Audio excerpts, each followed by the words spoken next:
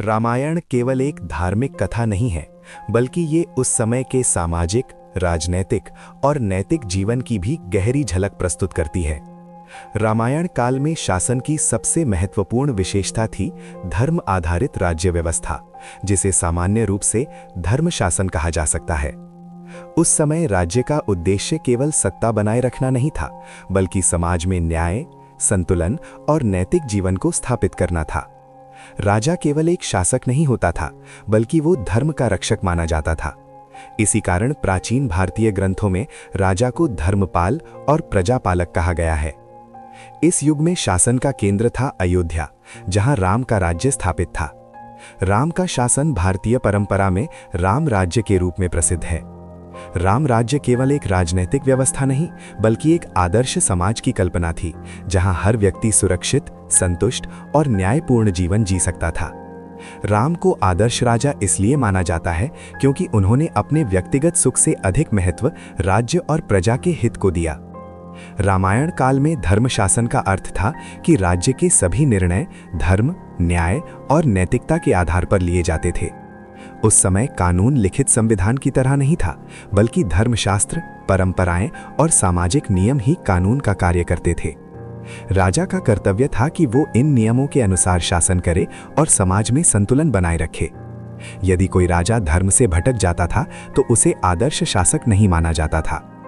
राजा के निर्णय अकेले नहीं होते थे। उस समय शासन में मंत्री परिषद और विद्वानों की सलाह का भी अत्यंत महत्व था।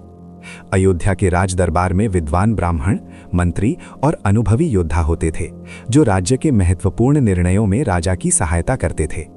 ये व्यवस्था एक प्रकार से संतुलित शासन प्रणाली थी, जहां राजा सर्वोच्च था, लेकिन निर्णय सामूहिक बुद्धि से लिए जाते थे। रामायण में यह भी स्पष्ट दिखाई देता है कि राजा को अपनी प्रजा की भावनाओं का अत्यंत ध्यान रखना पड़ता था। उदाहरण के लिए, जब समाज में सीता को लेकर संदेह की बातें फैलने लगी, तब राम के सामने एक अत्यंत कठिन निर्णय आया।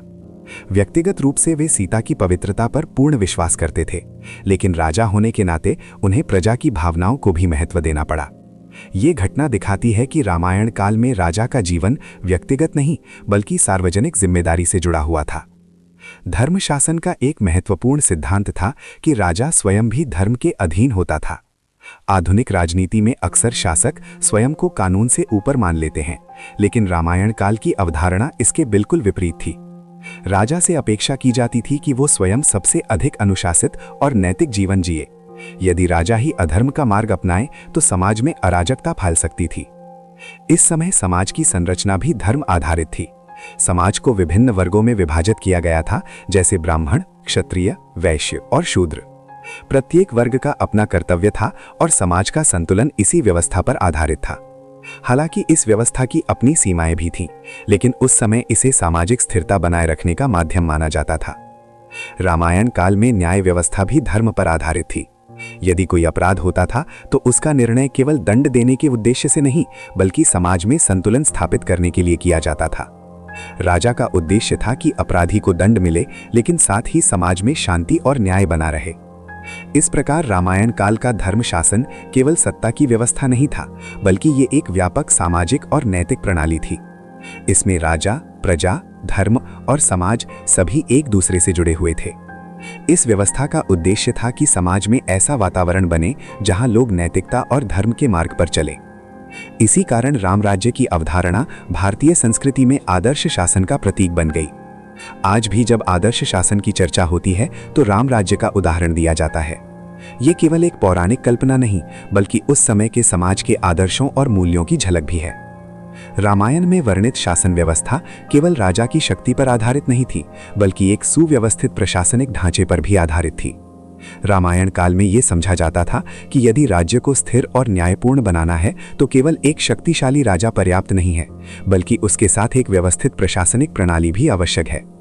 इसी कारण उस समय शासन के विभिन्न स्तर बनाए गए थे, जिनके माध्यम से राज्य की व्यवस्था सुचारू रूप से चलती थी। अयोध्या जैसे बड़े राज्य में शासन का केंद्र राजा होता था, लेकिन राजा के साथ साथ कई मंत्री, अधिकारी और सलाहकार भी होते थे। राम के दरबार में विद्वान ब्राह्मण, अनुभवी मंत्री और कुशल योद्धा उपस्थित रहते थे। ये लोग केवल राजा की आज्ञा का पालन नहीं करते थे, बल्कि राज्य के महत्वपूर्ण निर्णयों पर सलाह भी देते थे। इस प्रकार शासन एक प्रकार से सामूहिक बुद्धि और अनुभव के आधार पर चलता था। मंत्रिपरिषद का मुख्य कार्य था राज्य की सुरक्षा, प्रशासन और आर्थिक व्यवस्था को संतुलित रखना। वे कर व्यवस्था, सेना की तैयारी, सीमा सुरक्षा और न्याय प्रणाली जैसे विषयों पर राजा को सुझाव देते थे। प्राचीन भारतीय परंपरा में यह माना जाता था कि एक बुद्धिमान राजा वही है जो विद्वानों और अनुभवी लोगों की सलाह को महत्व देता है। रामायण काल की प्रशासनिक व्यवस्था में स्थानीय स्तर पर भी व्यवस्था बनाई गई थी। राज्य को विभिन्न क्षेत्रों में विभाजित किया जाता था, जहां स्थानीय अधिकारी शासन का संचालन करते थे। ये अधिकारी राजा के प्रतिनिधि के रूप में कार्य करते थे और उनका मुख्य कार्य था प्रजा की समस्याओं को समझना और उन्हें दरबार तक पहुंचाना। इस प्रकार शासन केवल राजधानी तक सीमित नहीं रहता था, बल्कि पूरे राज्य में फैला हुआ था। न्याय व्यवस्था भी धर्म शासन का अत्यंत महत्वपूर्ण भाग थी। उस समय न्याय का आधार केवल लिखित कानून नहीं था, बल्कि धर्म, परंपरा और सामाजिक नियम थे।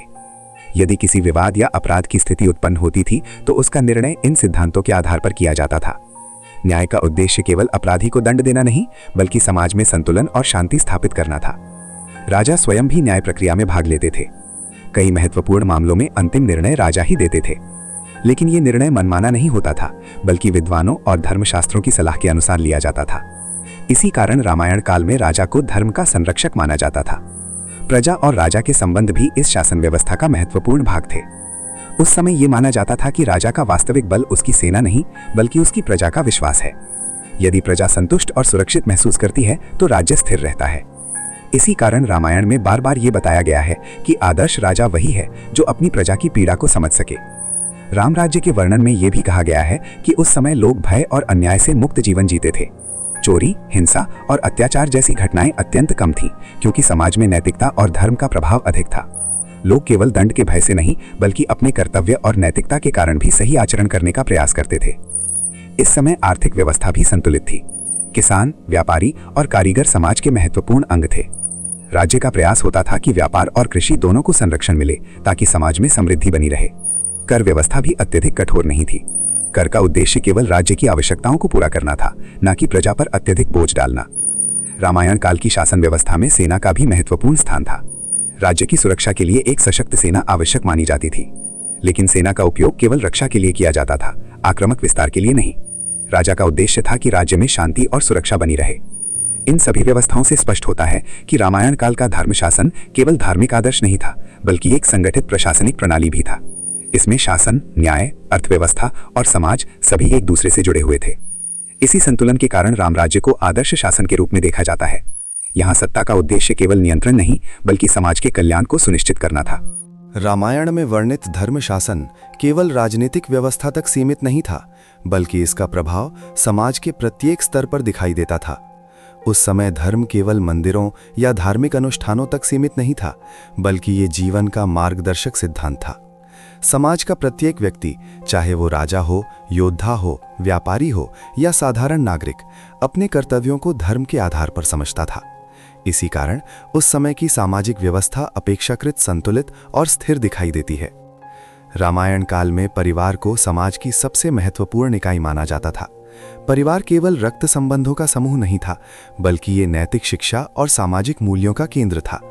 बच्चों को बचपन से ही सत्य, कर्तव्य, अनुशासन और सम्मान जैसे मूल्यों की शिक्षा दी जाती थी। यही कारण था कि उस समय के लोग अपने कर्तव्यों को अत्यंत गंभीरता से लेते थे। परिवार के भीतर माता पिता, गुरु और बड़ों का सम्मान करना एक महत्वपूर्ण सामाजिक नियम था। इस समय समाज में कर्तव्य और जिम्मेदारी की भावना अत्यंत प्रबल थी। उदाहरण के लिए राम का जीवन इस बात का सबसे बड़ा उदाहरण माना जाता है। जब उनके पिता दशरथा ने एक पुराने वचन के कारण उन्हें वनवास जाने का आदेश दिया, तब राम ने बिना किसी विरोध के इस निर्णय को स्वीकार कर लिया। उनके लिए व्यक्तिगत सुख से अधिक महत्वपूर्ण था पिता का सम्मान और धर्म का पालन। इसी प्रकार सीता का जीवन भी धर्म और कर्तव्य की गहरी भावना को दर्शाता है। जब राम को वनवास जाना पड़ा तो सीता ने भी उनके साथ वन जाने का निर्णय लिया। ये निर्णय केवल पत्नी के रूप में उनके प्रेम का प्रतीक नहीं था, बल्कि उस समय के सामाजिक आदर्शों का भी प्रतिनिधित्व करता था। सीता का ये त्याग और धैर्य उन्हें भारतीय परंपरा में एक आदर्श नारी के रूप में स्थापित करता है। रामायण काल में गुरु और शिक्षा का भी अत्यंत महत्वपूर्ण स्थान था। शिक्षा केवल ज्ञान प्राप्त करने का साधन नहीं थी, बल्कि ये चरित्र निर्माण का माध्यम भी थी। गुरुकुल व्यवस्था के माध्यम से बच्चों को शास्त्र, युद्ध कला, नैतिकता और समाज के नियमों की शिक्षा दी जाती थी। गुरु और शिष्य के बीच संबंध अत्यंत सम्मानपूर्ण और अनुशासित होता था। समाज में धर्म का प्रभाव इस प्रकार था कि लोग अपने कर्तव्यों को केवल व्यक्तिगत लाभ के लिए नहीं, बल्कि समाज के हित के लिए भी निभाते थे। किसान खेती को केवल जीविका का साधन नहीं, बल्कि समाज के पोषण का कर्तव्य मानते थे। व्यापारी व्यापार को केवल लाभ कमाने का माध्यम नहीं, बल्कि समाज की आवश्यकताओं को पूरा करने का साधन मानते थे। इसी प्रकार योद्धा राज्य की रक्षा को अपना धर्म समझते थे। रामायण काल में महिलाओं की भूमिका भी समाज में महत्वपूर्ण थी। हालांकि समाज की संरचना पुरुष प्रधान थी, फिर भी महिलाओं को परिवार और समाज में सम्मानजनक स्थान प्राप्त था। सीता के अतिरिक्त कौशल्या और कैकेयी जैसे पात्र भी उस समय की सामाजिक संरचना को समझने में मदद करते हैं। उनके निर्णय और भावनाएं भी कथा के महत्वपूर्ण भाग बनते हैं। धर्म शासन के कारण समाज में नैतिकता का स्तर भी उच्च माना जाता था। चोरी, हिंसा और अन्य अपराध अपेक्षाकृत कम थे, क्योंकि लोगों को ये विश्वास था कि अधर्म का परिणाम अंततः बुरा ही होगा। ये विश्वास केवल धार्मिक भावना नहीं था, बल्कि सामाजिक अनुशासन बनाए रखने का भी एक महत्वपूर्ण साधन था। रामायण काल के समाज में प्रकृति के प्रति सम्मान भी एक महत्वपूर्ण तत्व था। वन, नदियां, पर्वत और पशु पक्षी केवल प्राकृतिक संसाधन नहीं माने जाते थे, बल्कि उन्हें जीवन का हिस्सा समझा जाता था। वनवास के दौरान राम, सीता और लक्ष्मण का जीवन इस बात को स्पष्ट करता है कि उस समय मनुष्य और प्रकृति के बीच एक संतुलित संबंध था। इन सभी पहलुओं से यह स्पष्ट होता है कि रामायण काल का धर्म शासन केवल राजनीतिक व्यवस्था नहीं था, बल्कि ये एक व्यापक सामाजिक और नैतिक प्रणाली थी। इसमें राजा, परिवार, समाज और प्रकृति सभी एक दूसरे से जुड़े हुए थे। इसी कारण रामायण की कथा केवल एक ऐतिहासिक या धार्मिक कहानी नहीं, बल्कि एक ऐसी सांस्कृतिक परंपरा बन गई है जो आज भी लोगों को जीवन के आदर्शों और मूल्यों की याद दिलाती है। रामायण में वर्णित धर्म शासन का प्रभाव केवल उस युग तक सीमित नहीं रहा, बल्कि इसने भारतीय सभ्यता और संस्कृति की दीर्घकालिक दिशा को भी गहराई से प्रभावित किया। रामायण केवल एक कथा नहीं रही, बल्कि ये शासन, नैतिकता और सामाजिक आदर्शों का एक स्थायी मॉडल बन गई। इसी कारण भारत की सांस्कृतिक स्मृति में राम राज्य की अवधारणा बार बार सामने आती है, जहां शासन का उद्देश्य केवल सत्ता प्राप्त करना नहीं, बल्कि समाज के कल्याण और संतुलन को बनाए रखना होता है। रामायण काल में धर्म शासन का मूल सिद्धांत ये था कि राजा स्वयं को राज्य का स्वामी नहीं, बल्कि संरक्षक माने। यही कारण है कि राम को एक आदर्श राजा के रूप में देखा जाता है। राम का शासन इस विचार पर आधारित था कि प्रजा की खुशी ही राज्य की वास्तविक शक्ति है। यदि प्रजा सुरक्षित, संतुष्ट और न्यायपूर्ण जीवन जीती है, तो राज्य स्थिर और समृद्ध रहता है। राम राज्य के वर्णन में यह बताया जाता है कि उस समय समाज में संतुलन और शांति का वातावरण था। लोग भय और अन्याय से मुक्त थे, प्राकृतिक आपदाएं कम थीं और समाज में नैतिकता का स्तर ऊंचा था। ये वर्णन केवल धार्मिक कल्पना नहीं माना जाता, बल्कि ये उस आदर्श शासन की कल्पना है जिसकी ओर समाज हमेशा देखता रहा है। रामायण के इस आदर्श ने भारतीय राजनीतिक विचारधारा को भी प्रभावित किया। बाद के कई राजाओं और शासकों ने स्वयं को राम राज्य के आदर्श से जोड़ने का प्रयास किया। उनके लिए ये केवल धार्मिक प्रतीक नहीं था, बल्कि एक ऐसा मॉडल था जिसमें न्याय, दया, अनुशासन और जिम्मेदारी का संतुलन मौजूद था। इस आदर्श शासन की सबसे महत्वपूर्ण विशेषता थी नैतिक जिम्मेदारी। राम के जीवन में कई ऐसे निर्णय दिखाई देते हैं जहां उन्होंने व्यक्तिगत भावनाओं से अधिक सामाजिक जिम्मेदारी को महत्व दिया। उदाहरण के लिए सीता के संबंध में लिया गया उनका कठिन निर्णय ये दर्शाता है कि राजा के लिए व्यक्तिगत जीवन और सार्वजनिक जिम्मेदारी के बीच संतुलन बनाना कितना कठिन होता है। सीता की कथा इस बात को भी दर्शाती है कि धर्म शासन में व्यक्तिगत त्याग और सामाजिक अपेक्षाएं दोनों एक साथ मौजूद थे। रामायण काल के धर्म शासन का एक और महत्वपूर्ण प्रभाव ये था कि इसने भारतीय समाज में राजा और प्रजा के संबंध की एक विशेष अवधारणा को जन्म दिया। इस अवधारणा के अनुसार राजा केवल शक्ति का केंद्र नहीं, बल्कि नैतिक नेतृत्व का प्रतीक भी होता है। यदि राजा स्वयं धर्म का पालन करता है, तो समाज भी उसी मार्ग का अनुसरण करता है। इसी कारण रामायण की कथा में राजा का चरित्र अत्यंत महत्वपूर्ण माना गया है। यदि राजा न्यायप्रिय, संयमी और कर्तव्यनिष्ठ है, तो राज्य भी उसी दिशा में विकसित होता है। लेकिन यदि राजा अधर्म के मार्ग पर चलता है, तो उसका प्रभाव पूरे समाज पर पड़ता है। रामायण काल के धर्मशासन का प्रभाव केवल राजनीति तक सीमित नहीं रहा, बल्कि ये साहित्य, कला और संस्कृति में भी दिखाई देता है। भारत के विभिन्न क्षेत्रों में रामायण की कथा को अलग अलग रूपों में प्रस्तुत किया गया है, कभी काव्य के रूप में, कभी नाटक के रूप में और कभी लोक कथाओं के रूप में। इन सभी रूपों में राम राज्य का आदर्श एक केंद्रीय विचार के रूप में उपस्थित रहता है। धर्म शासन की इस अवधारणा ने भारतीय समाज में कर्तव्य और जिम्मेदारी की भावना को भी मजबूत किया। लोगों के लिए ये केवल धार्मिक नियम नहीं था, बल्कि जीवन जीने का एक व्यापारिक मार्ग था। परिवार, समाज और राज्य, इन तीनों के बीच संतुलन बनाए रखना ही धर्म माना जाता था। समय के साथ समाज और राजनीति में कई परिवर्तन हुए, लेकिन रामायण में वर्णित धर्म शासन की अवधारणा पूरी तरह समाप्त नहीं हुई। आज भी जब आदर्श शासन की बात की जाती है, तो राम राज्य का उदाहरण दिया जाता है। ये इस बात का प्रमाण है कि इस कथा का प्रभाव केवल अतीत तक सीमित नहीं, बल्कि वर्तमान तक भी पहुंचता है। अंततः रामायण काल का धर्मशासन हमें ये समझाता है कि एक स्थिर और न्यायपूर्ण समाज केवल कानून या शक्ति से नहीं बनता।